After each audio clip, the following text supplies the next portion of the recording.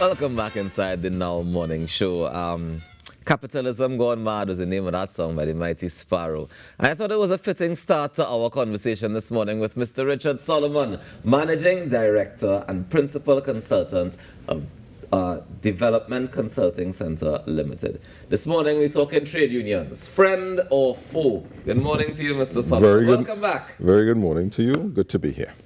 How are you this morning? I good, you know. Yeah, it's my time of the day. Mornings, Yeah? my time Keep of the that day. going. Yeah. Not too many people say that when they come onto the morning show. Well, normal is overrated. Yes? Ay, ay, ay, look at you. All right, let me get into the thing one time. Trade unions, define it for us. A gathering of employees who usually put forward their positions as to what they think would be in the best interest of themselves and maybe sometimes the organization. But it's a collective. Maybe sometimes the Yeah, maybe organization. sometimes. Interesting. No, But aren't employees part of the organization? Yes, they are. However, sometimes those needs or desires of management or the organization and the employees are in opposition to each other. We see that all the time. All right, so hold on. Are trade unions important here in Trinidad and Tobago, in your opinion? I think they have played an important role over the years. I think, though, that they have not kept pace with what is truly important for them to be doing in the modern and industrial era. So then let's talk about what is necessary or what is the status quo at this point. What is the state of relationships between labor unions and employees currently? So if you look at the quality of the relationships, and the data tells us that Trinidad and Tobago has the absolute worst relationships of 141 nations between labor, which is the collective of employee, and employer. We have the absolute worst. How do we measure that horrendous nature then? Well, the World What Economic Forum quantifies has a very complicated way of measuring these things. Some of the information that they use comes from within the nations themselves. So people are asked to give feedback as to how those relationships work, how do we get together, what are the things that we agree, how do we disagree, when there are disagreements, how do we redress those? And then they've come up with this ranking. So you can easily find that information on the World Economic Forum's reports. Yeah. But why do you think that is, though? Why do you think that relationship is so strained? Because I think unions are stuck. Where are they stuck, sir? Maybe in the 1960s. Ooh, that's kind of far back. Yeah, Very. because you see, here's the thing. You have to understand that in the post-colonial society, as we needed to redress the balance, so it was a need. You remember, we were a slave-holding society, moved to indentured labor. And those two groups were greatly taken advantage of. There's no doubt about that, because the colonial enterprise is about extracting wealth from the people and from the land. So that's what happened. And so you needed a group that would fight and agitate. And so we had names like Rienzi, champion of the barefoot man, and Butler, Butler, who was very popular, interestingly, amongst East Indians, very, very popular amongst East Indians. They would call him Tubal Uriah Butler Gandhi. He was referred to that by them. But these people didn't just fight for workers. They fought for the nation because the majority of people were being taken advantage of. So that was important. But also, wasn't it more limited in terms of the various industries that we had? So when you're representing for oil workers or sugarcane workers, you're representing for a bigger number of people than now. Right. True. But what happened is the unions held on to that sort of firebrand version of unionism. We're fighting the power. Right. And that went over into the politics because the unions became politicized very early. Right? And so once that happened, they remained there. So in today's world, you still have that kind of agitation and aggression, when what we really need is unions to say, look, our people need fairness, good working conditions, decent pay, but you as our people, you have to upgrade your skills. You need to produce, and we won't defend you in the cases where you are just errant and not doing what you're supposed to do. So that sounds like, well, there is room for improvement of the relationship altogether, so that it is not altogether obsolete, but in need of serious improvement. Improvement, yes. I think as well, to be fair, there's another part of that relationship that needs to be improved, and that is how some employers treat with their employees, because not all employers are squeaky clean. We hear the stories of NIS not being paid, people working way past the times that they're supposed to work, working conditions being horrendous. Now, usually these are not the larger organizations, but employers need to do those things right. And I think in that case, the unions still have a very important role, but they have to come up to the modern times. You can't stay in this time when, we pitch a tent and we protest. All we want to do is shout. Right, We have to do more than that. Yeah. How do we get into our modern times? Because what you're describing does require some sort of protesting, some sort of we need a agitation. GoFundMe? Well, we need to take it online? Tell me what we need I have to no do. trouble with protests. I have no trouble with agitation. That's not the problem. The problem comes when you are willing to protect a group of people and say to them, it's okay to remain in the status quo. The market is not afraid of Trinidad and Tobago. These large organizations, for example, we had a union leader who said, take your oil rig and go. Remember that quote? And what did they do? They took it and they left. Because we live in a world that doesn't need islands anymore. I keep saying that. We live in that world. And so we have to be competitive. And unions have to realize, and labor and our organizations as well, that if you're not competitive, it doesn't matter what we think about each other. The world is going to swallow us up. One more example. Sandals tried to come to Tobago a few years ago. Remember that? And there was a particular union leader, who I have no interest in calling his name, who decided, nah, we don't want that. We don't want that here. Right. Why? Because we don't want our people to be porters and so on. Don't you go to countries where there are hotels and you stay and somebody takes your bags? This is normal. Work happens at all levels of the society. But you have this kind of nonsense taking place, and as a result, you hold us back. We are held back greatly. Accountability is the name of the game, holding the employees themselves accountable for what they ought to deliver on. So then I want to get into that. Is it that the trade unions then should also be the same way that they want to be agitating the powers that be, or the possible investors and all that sort of stuff? Should they also be agitating the employees as well in that same way? But are they? I don't think they are. I think that in addition to, we need better working conditions, we want to be paid more, I have no trouble with that. On the other side of the discussion, we need performance. We need you to improve your skills, because some of those skills are going to become outdated. Very soon, AI is now making its incursion onto the planet. And as a result, we're going to see a lot of lower level and manual jobs being mopped up by machines. Now, there are going to be more jobs created up here, but we have to reskill and upskill. So there's that piece of work, I think. So in just as much as you want to agitate for better pay and all these things, you have to agitate on the other side of the equation, because it's an equation. And you can't protect nonsense. And I'm using the word very deliberately, because I have sat in rooms and listened to some of these arguments, and I wonder, well, how could you defend this? It is indefensible. But our role is purely to defend these people. Yeah, but not in the face of nonsense. Right. And I have better words, but that's the one I want to use. I mean, somebody can argue and say, well, I pay my dues, so you have to defend me. Right. So, yes, fine. But the truth is this. Having paid your dues, in the face of facts that say, hey, you're supposed to produce 100 widgets, and you've routinely produced 30, notwithstanding having the skills and the machines, the equipment to do so. What do we do then? Notwithstanding your dues, what do we do then? And it doesn't work, because remember, at the end of the day, it either comes out in the dry or it comes out in the wash. The market is what determines all of this. It's not us, Right. It is the market. And even in the public sector, it is the market that determines these things, ultimately.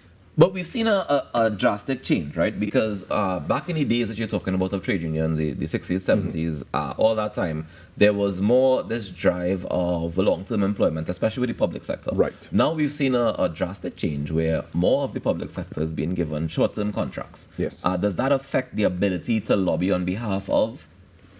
I don't know that the unions in the public sector have less power to lobby today than they had before. I think a lot of more things are correct. So I think there's less to fight for. The other thing is that I believe the incursion of contract labor is not so much about that, you know. I think that's about the bureaucracy within the public service itself, and the public service creating a mechanism to be able to move more quickly and be more nimble. I don't think that has anything to do with the unions and their ability to agitate on behalf of workers. I don't believe so anyhow.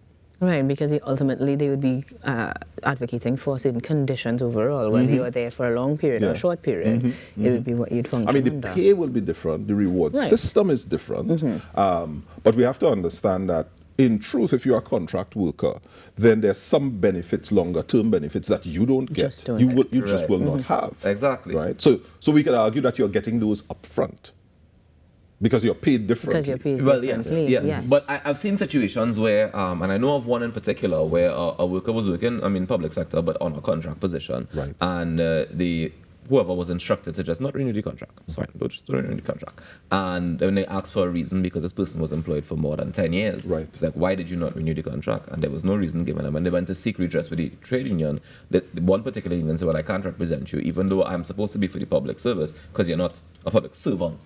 You are a contract worker, so you have to go and find a different union. I'm just wondering, in terms of those details, does it affect which union you're able to sign up with and is able to represent you? It probably does, and you couldn't get representation even if you're not a member of a union. But I don't think that is as great a challenge as the issue of getting how they represent. Well, one, how they're represented, and two, getting what we're paying for. You look at the amount of money we spend on any one of these areas, education, for example. We could run an entire education system with private schools on that money. The system is very clogged up, and it has to do with accountability and performance. And I'm saying that unions, yes, fight for proper working conditions and fairness and fair pay and so on. I'm all for that. However, also fight for your people performing and upgrading their skills, because we need it. The collective we need it. So we need the unions to get with the times, to update themselves. Partner up. All together. Let's partner up on the things that we disagree, as in our people are not being well paid, our people are being treated unfairly. Let's battle those things out and let's redress that gap. Right. But on the areas where the enemy is not inside the room, the market is not in the room. Right. We have to partner up. The accountability issues, the competitiveness issues, which are more national. Unions need to partner up with labor, with employers in order to improve that situation. At least I believe that would help. Now we've seen where people feel as though trying to find the right way to say this, right? But people feel as though if it is I don't shout, if I don't argue, if I don't make a scene, I don't get heard, I don't get a response, I don't get any action taking place. Should that be a concern? What is the most efficient way to be able to effect this change that we're talking about? Because yes, we want them to get with the times, but we've seen where if I write a letter to somebody, they could ignore that. If I put it in the papers, on the front page, if I come and sit down on TV and talk about it, there's a different response, because now there's embarrassment at stake. I remember hearing, I think it was during the George Floyd fallout, someone say a protest, or is it a riot? I think it was a protest is the language of the unheard. I have no challenge with protest, because sometimes power doesn't listen. You know, sometimes you're trying to speak truth to power and it doesn't listen. And so sometimes the power that you have to move that is the collective us saying, we will stop, we will slow down, we will shout. I have no challenge with that. You know, that's not where the issue is for me. I don't have a problem with that. Sometimes you need to do those kinds of things to force employers to listen and hear you. But I think we have a bigger issue, and the bigger issue is the performance issue and the accountability issue, and I don't see the agitation. You can tell me, and anyone looking on our stream could tell us, when last you heard a union battling for anything that sounded different to pay and working conditions? They are important. But when last did we talk about upgrading skills and improve performance and accountability? But is that something that they would shout about? They should shout, and I am shouting. If it is that, for example, like for me, Ayanka and I went on a workshop to do a training session, we didn't need to come and shout about it. But no, they should shout to the employees. And that's where I'm going. This is where I hear you, because using that same example, that speaks to an employee or employees that have that self-governing and that need for improvement themselves, we are actively upskilling and we are trying to improve ourselves. Right. That is the initiative that we are taking. What he's talking about is that there is often the need for that across the world. No, there is always the need for that. Without the management taking the initiative or causing that to happen, without the employees themselves taking the initiative, the third party or the other hand that can clap would be the trade union, and they need to step up. I have seen trade unions try to defend positions that have gone out of use. We don't need the job. The technology has far outstripped those jobs, but battling to keep them on the establishment. In the name of keeping them? In the name of protecting people's jobs, in the name of making sure that those people continue to be paid at the same rate in the same positions that they've had. And there's one case that I'm aware of in a particular organization where people came to work for years and had very little to do because of the nature of whatever that negotiation was. If you look, a different example, we worked with a client during COVID in the Turks and Caicos, doing what is called a future skills projection. Basically, they said, look, this is our strategic plan for the next 5 years. We need to project what we will need down there and begin to prepare the people. Some will have different, that's what we need. Look forward and see where this thing is going and begin to work towards upskilling and improving the ability. And unions have to be part of that. And I think if the unions join that battle, as it will, and the battle is not in the room, it's with the market, people will then begin to realize, well, hold on a minute. I can't sit here in my comfort zone because the union will protect that zone. We don't want to fire people. We want more people to be employed, but we want those people to perform. And both labor and management must come together and ensure that the skill sets and the competencies are such that people can perform at the level that the market requires.